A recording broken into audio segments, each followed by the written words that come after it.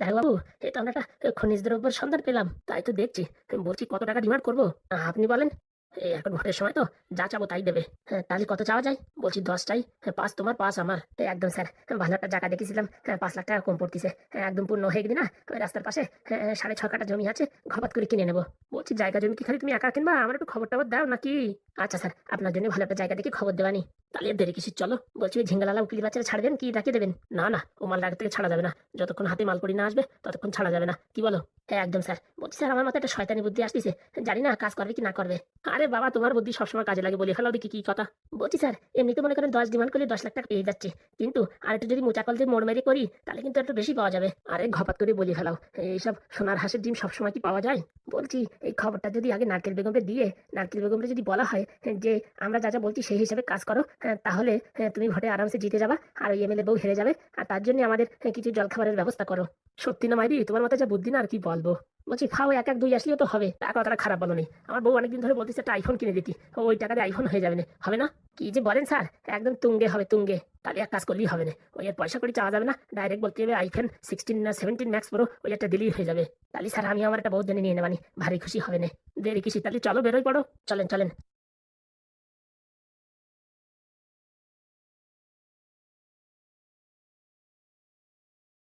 আরে কি কদম, অত জোরে জোরে ডাকছো কেন? বলছি ম্যাডাম, একটা দুঃখের খবর। দুঃখের খবর মানে? সকালবেলা সেই যে কটকটি বেরোলো, তারপরে তো তার আর কোনো দেখাই যাচ্ছে না। দুর্গা দুর্গা বাঁচাইছে রে বাঁচাইছে। আবারটা যদি বিদায় হয় না, তাহলে তো আমি ভালো একটা সত্যনারায়ণের পুজো দেবো। মানে ম্যাডাম, বুঝলাম না। আরে সবসময় বাড়ির সামনে থাকলি পারে ওর ঠাকুমারে খুঁজে দাও, ওর ঠাকুমারে খুঁজে দাও, ওর গোষ্ঠীদের খুঁজে দাও, ওরে খুঁজে দাও, এইসব কাজ ছাড়ার কোনো কথা নেই। একটুক্ষণ পরে সেই কথা আবার ঠাকুমারে খুঁজে দাও। তাই বলে ম্যাডাম, আপনাদের এতদিন কাজ করেছে, এখন এইভাবে চলে গেলে আপনি আনন্দ পাচ্ছেন? শোনো, ও হচ্ছে একটা চোর। আমার বাড়িতে কত টাকা ঝেড়ে দিয়েছিল দেখো না, পরে আবার ওই জাল টাকা বলে আর দিয়ে গেছে। বলছি ম্যাডাম, আমিও যদি কোনোদিন এই বাড়ি থেকে চলে যাই, তাহলে কি আপনি এত খুশি হবেন? মাথা খারাপ, তুই কোথায় যাবি? তুই যেখানে যাবি তোর কান ধরে টেনে নিয়ে আসবো। কেন ম্যাডাম? তুই তো আর ওর মতন চিটিং বাজ না, তুই আর পয়সা করে মারি খাইছিস, তুই একটা ভালো মানুষ। তাহলে ঠিক আছে। তো বলছি কোথায় গেছে হারামজাদাটা? তা কিছু খবর পাইনি, তা আমার যতদূর মনে হচ্ছে ওর ঠাকুমারে খুঁজতে গেছে। ওর ঠাকুমারে যেই আটকাইছে না, ভালো জায়গা আটকাইছে, কোনো খবর টবর কিচ্ছু পাওয়া যাচ্ছে না। আমার তো একবারের জন্য মনে হচ্ছিল ম্যাডাম, আপনিই আটকাইছেন। বেশ, কি কথা বলিস এসব? আমি বেইমান হতে পারি, কিন্তু এত বড় বেইমান না যে ঘরের মানুষের সাথে এইসব আকাশ কুকাশ করবো। তাহলে ম্যাডাম, আপনি তো চাইলে পারে ঝপাত করে খুঁজে বের করতে পারতেন। এখান থেকে পাদুর চাকরি খেয়ে নিলেন ব্যাঙ্গালোরের, আর এই যে কটকটির ঠাকুমারে খুঁজে পেতেন না? আসল কথা, আমি চেষ্টা করি তো এখনো পারি, কিন্তু এখন আমি অত জোর দিচ্ছি না। আগে আমার কাজটা মিটুক, তারপরে। এখন ওই কেঁচো খুঁড়তে যাই কেউ বেরিয়ে গেলি, তারপরে আমার ভোটের সমস্যা হয় না। এর জন্য যতক্ষণ ভোটের রেজাল্ট না আসবে ততক্ষণ আমি কোথাও খোঁচাখুচি করবো না, চুপচাপ বসে থাকবো। সত্যি ম্যাডাম, আপনার মাথায় বিশাল বুদ্ধি। বাবা, টিভি সিরিয়াল দেখে দেখে শিখেছি সব। ও বাবা, তাই নাকি? হ্যাঁ। বলছি আমার খাইপড়া স্বামীটা কোথায় গেছে? ওই তো আমতলায় থালা বাসন ধুচ্ছে। তাহলে ঠিক আছে, ওর একটু চোখে চোখে রাখতে হবে। কোথায় এবার কি বলে আজকাল বলা যায়, সামনেই তো ভোট, সবাই তো ওর পেটে আছে, কার কোথায় ফল ধরা যায় খুদ ধরা যায়, সে সুযোগ আমি দেবো না। বড়দারে ভাবতেছি কয়দিন ধরে ঘরের ভিতর রাখবো, কাজের একটা লোক রাখবো নাকি থালা বাসন ধোয়ার জন্য। কি যে বলে ম্যাডাম, সে আবার কোথাকার কথা কোথায় ছড়াবে বলা যায়? ওর থেকে 2-4 দিন আমি দরকারে থালা বাসন ঘষিয়ে দেবো।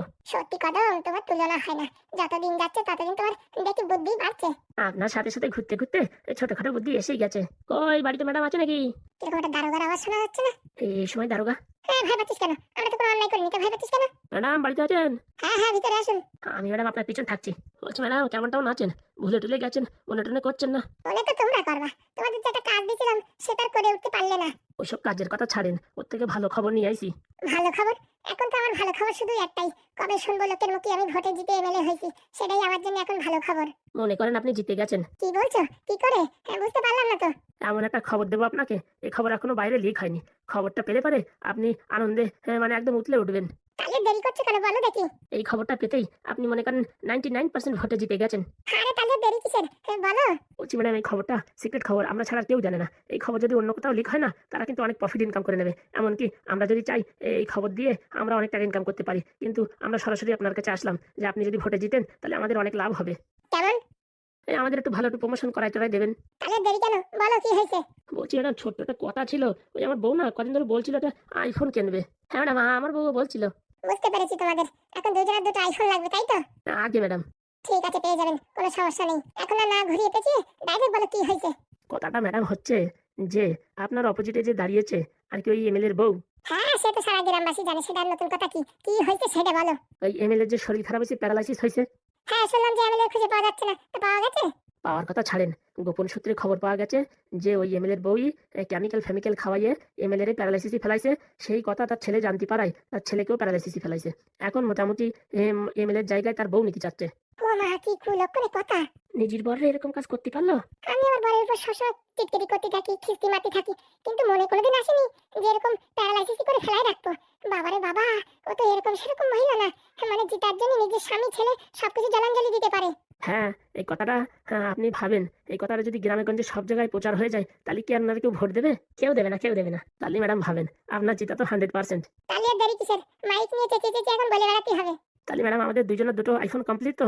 100%। তুমি আগে এই নিউজটা সাপ্লাই করো, সব জায়গায় জানুক, তারপরে দেখো হ্যাঁ তোমার কি অবস্থা করি আমি। একদম আইফোনের সাথে চার্জার মার্জার সবকিছু দিয়ে দেবো। Thank you madam, thank you. ভালো সুন্দর খবর দিলে তুমি। এই খবরটা সার্কুলার পরপরই আমি কিন্তু এই মাইক দিয়ে কদমরে দিয়ে পাঠাবো। আচ্ছা ম্যাডাম।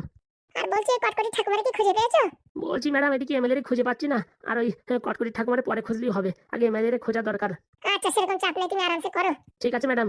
বলছি কি কি কালারের লাগবে আর কি কি মডেল নাম্বার আর হোয়াটসঅ্যাপে পাঠিয়ে দিও।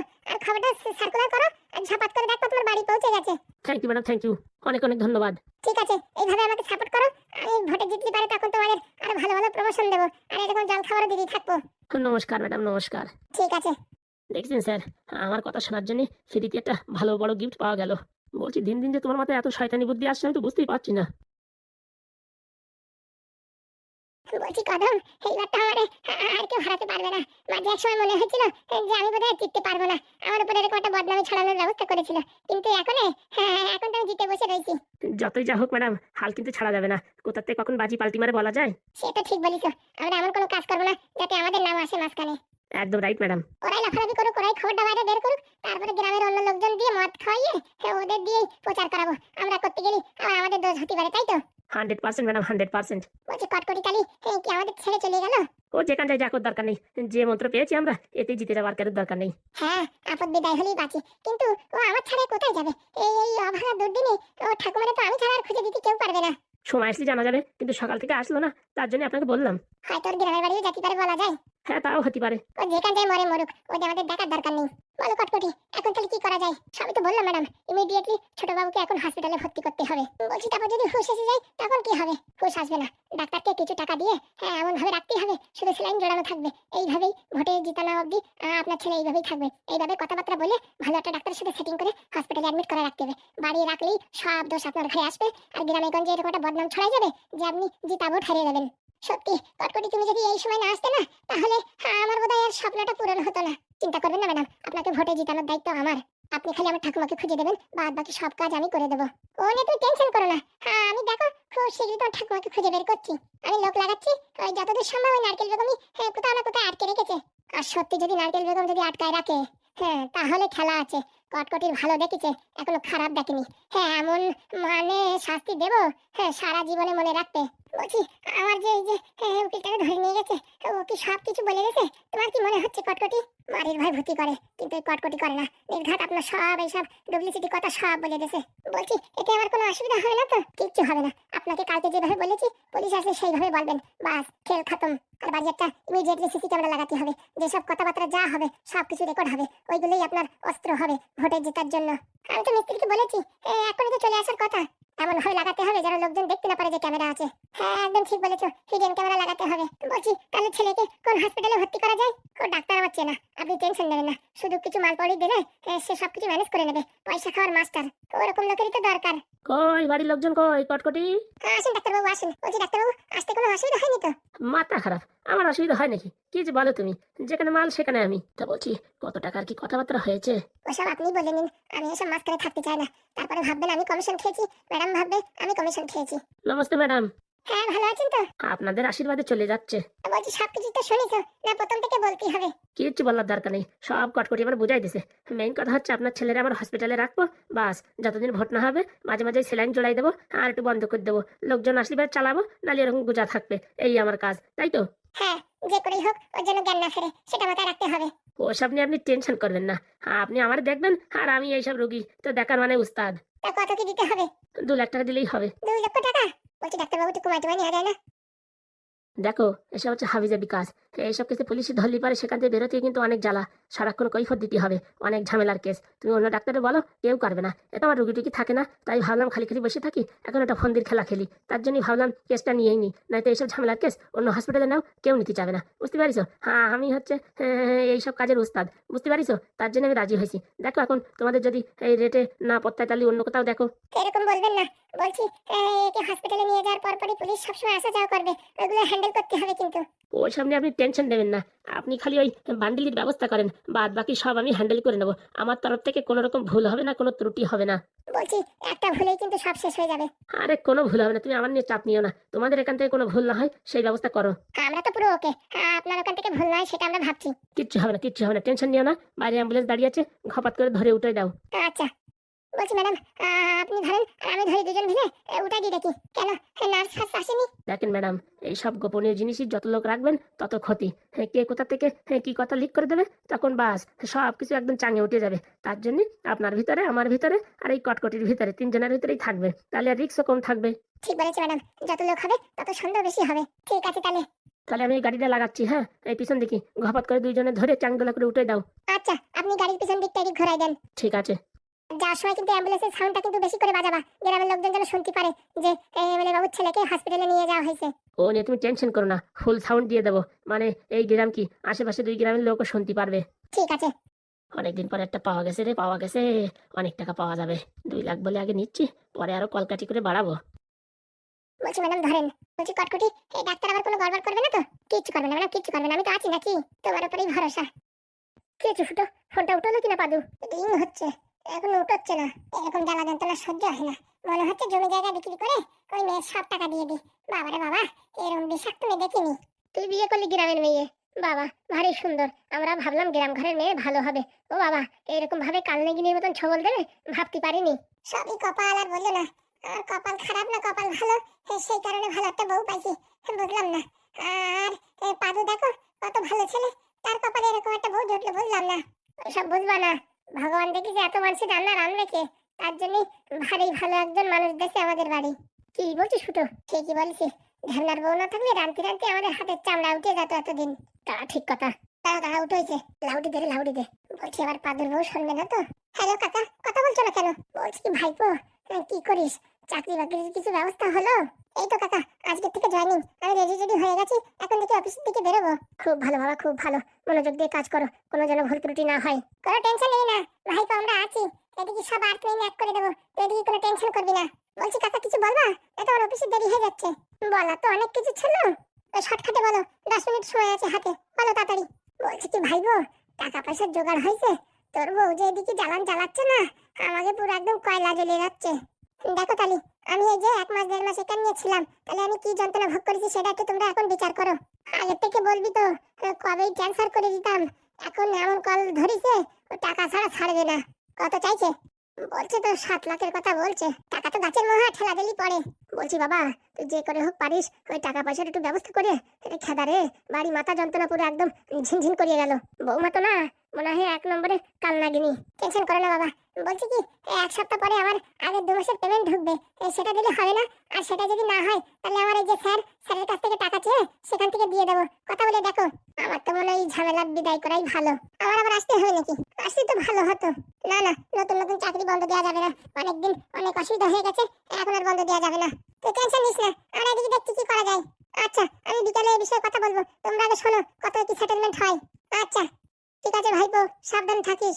আচ্ছা কাকা, আমি রাতে ফোন করবো। তাহলে হাগুদা, তাহলে ওর দাদুরে ডাকে আনতে হয়, কথাবার্তা একটা মিটিং বসালে কিরকম হয়? ঠিক বলেছিস, ওর দাদুরে ডাক, আর আমাদের গ্রামের মেম্বার দিয়ে একটা মিটিং বসাতে হবে। আচ্ছা।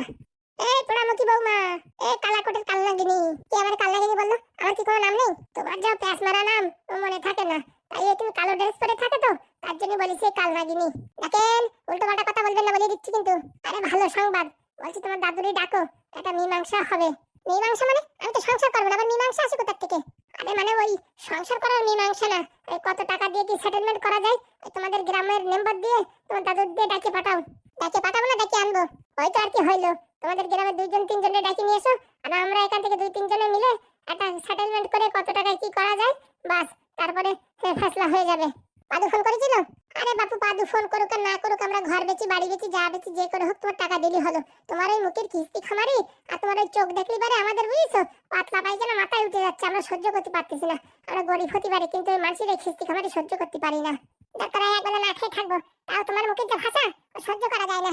ভাষার এখন দেখিছো কি? বাপু, তোমার সাথে অত কথা বলতে চাই না, তুমি ঘপাত করে বাড়ি ফোন করে তোমার দাদুরি ডাকিয়ে পাঠাও। আজকে বিকেলের ভিতরে ডাকি নিয়ে এসো, বিকেলে একটা মিটিং হয়ে তারপরে দেখি করা যায়। শোনো, মিটিং হোক আর যা হোক, ওই সাতের নিচে কিন্তু নামবে না বলে দিচ্ছি আগের থেকে। সে সাতের নিচে নামে কি 2 নিচে নামে সে আমরা বুঝবো। তুমি এক কাজ করো, তুমি তোমার দাদুরি ডাক করাও। আচ্ছা ঠিক আছে, কিন্তু বলে দিচ্ছি এমন কিন্তু সাতের নিচে হবে না। সে যারে ডাকতে বলো ডাকতেছি। আরে বাপু, তুমি ডাকো তো, কিছু হয় কি না হয় সে আমরা বুঝবানি। তোমার এক কথাই হবে নাকি? মানুষ দোকানেটা জামা কাপড় কিনতে গেলে তাই দাম দর করে, আর তুমি 7 লাখ টাকা বলে 7 লাখ টাকা দিতে হবে নাকি? বেশি লাফালাফি করবা না কিন্তু বলে দিচ্ছি, তাই কিন্তু 10 বলবো কিন্তু, কত কমাবা? আরে ফুটো, খালি খালি এর সাথে কথা বলিস না তো। যা হবে বড় মানুষদের সাথে কথা হবে, এর সাথে তর্ক করে কোনো লাভ নাই। ঠিক বলিস। হ্যাঁ, ওইসব খাইও না, ডিভোর্স দেবো আমি, সংসার ছাড়বো আমি। আমি যা বলবো তা হবে না। আমার ছেলে ওখানে এখন ড্যাং ড্যাং করে ঘুরে বেড়াচ্ছে কোন মেয়ের নিয়ে। হ্যাঁ, এসব কথা শোনার পরে কি আমি কম করবো টাকা? কোনোদিন না, তা ভাবিও না। বলছি বাপু, তোমার সাথে কথা বলার আমার দরকার নেই, তুমি তোমার দাদুরি ডাকে আনো তো, তাই কি হবে? ফোন করতেছি, আমি আসতে বলবো। আজকে আসতে বলো, এখন ট্রেন ধরে এই বিকেলের ভিতরে 4টের ভিতরে আসতে বলো, বুঝতে পারিস? আচ্ছা ঠিক আছে। আর বলছি আমার খিদে লাগিছে, ওই ঢ্যাবনার বউ তো কিছু দিয়ে গেল না, একটু মান সম্মান রাখো, ওটা তোমার কাকা হয়। হ্যাঁ, তুমি কাকা বলো। হ্যাঁ, ঢ্যাবনার নাম ধরে ডাকতেছো, কাজটা কি ঠিক করতেছো? বাবা, ডাইভোর্স হয়ে যাবে। তোমরা কি আমাদের রক্তের সম্পর্ক যে তোমাদের সম্মান দিয়ে কথা বলতে হবে? আর তোমরা হচ্ছে একটা মিথ্যে ঠকবাজ, জোচ্চোর, মিথ্যে কথা বলে আমাদের বিয়ে করাইছো। হ্যাঁ, তোমার সম্মান দেবো? বাবারে বাবা, কপালে সুন্দর ঘষে দেওয়ানি। ওরে বাপু, তুমি যাও তো, তুমি যাও, তোমার সাথে কথা বলা খালি খালি। ওনাদের সম্মানের দরকার। বলছি হাগুরা, একবেলা না খেয়ে থাকা যায়, কিন্তু এই মেয়ের সাথে মুখ চালানো যায় না। তার জন্য তো বলছি, বাড়ি ঘর দিয়ে বন্ধক খেয়ে দিলিও এই খেদা বাড়িতে এসব হচ্ছে একটা জন্ডিস। মন তো করতেছে রে এমন টাইট দি সারা জীবন মনে থাকুক। এখন টাইট দেওয়ার সময় নেই, বুঝতে পারিস? তারপরে আমি যদি কিছু জড়াই দেবে, অনেক ঝামেলা হবে। পাদু চাকরি ফিরে পাইছে, বাস 2-3 মাসের টাকা, বাস গেলি গেল, ঝামেলা যাক তো বিদায় হোক। শালা মানুষের 5-6 লাখ টাকা ইনকাম করতে জীবন কান্দে যায়, আর এই সেমড়ি 1.5 মাস বিয়ে করে এখন ফালতু একটা কেস দিয়ে এতগুলো টাকা নিয়ে চলে যাবে। বলছি কি, আমরা একটু শয়তানি করবো নাকি? কিরকম? এমন একটা শয়তানি প্যাচ দিতেই হবে যাতে মোটামুটি টাকা কমের উপর দিয়ে যায়। সেটা কি করে হবে? প্রত্যেক মানুষের একটা কমজোরি থাকে, এই মেয়েরও কি কমজোরি সেটা আমাদের খুঁজে বার করতে হবে। তার জন্য তো নাদনের টিমের দরকার। ঠিক বলিস। বলছি কি, ওর দাদুরি এখানে ডাকে ওই গ্রামে নাদনের টিম যে পাঠাই দিলি, সব খবর নিয়ে আসতো, তখন ভালো হতো না? ভালো আইডিয়া আইছে। ও দাদু এখানে আসবে, বড়রে একদিন যে করে ওকে এখানে ডাকিয়ে দিতে হবে। ওদিকে নাদন, ফড়িং আর এই চম্পা কারণ না কারোরই পাঠাইয়ে ওখান থেকে সব ইনফরমেশন কালেক্ট করতে হবে। আর এই মেয়ের যদি কোনো একটা গোপন সূত্র জানা যায়, তাহলে কিন্তু অনেক টাকা বাঁচবে। একদম। নাদন কোথায় গেছে? ওই তো, কোথায় যেন গেছে, ওদের কোন ছাগল কেনা বেচা আছে নাকি সেই কথা বলছিল। ঢ্যাবনা ভাই, তুই এক্ষুনি ফোন করে ডাক। যাচ্ছি। এখন মনে হচ্ছে আমাদের শয়তানি বুদ্ধি আবার ফিরে আইছে। ঠিক বলিস। এত সোজা হলেই পারে মানুষ ঘাড়ের মাথায় উঠে বসবে, এটা তেড়া না হলে হবে না। আমরাও দেখাই দিই কত ধানে কত চাল। ফুটো আর হাগুর কেন তো আর দেখেনি। আমার নামটা বলতে না যে তোর ভাই বিয়ে হয়ে গেছে, তুই এখন ওই সাংসারিক হয়ে গেছিস, তো এর জন্য তোর নামটা নিচ্ছি না। সমাজে যদি তোর বদনাম হয়, আমরা বদনাম হই, কোনো অসুবিধা নেই। তুই যেন বদনাম না হোস। তুই আবার ওই কাদা পাড়ার জামাই তো। দেখো ফুটোদা, সবসময় কিন্তু একটু ভালো না বলে দিচ্ছি, ঘন কথা না বলে তুই ফোন করতেছি, দাঁড়াও।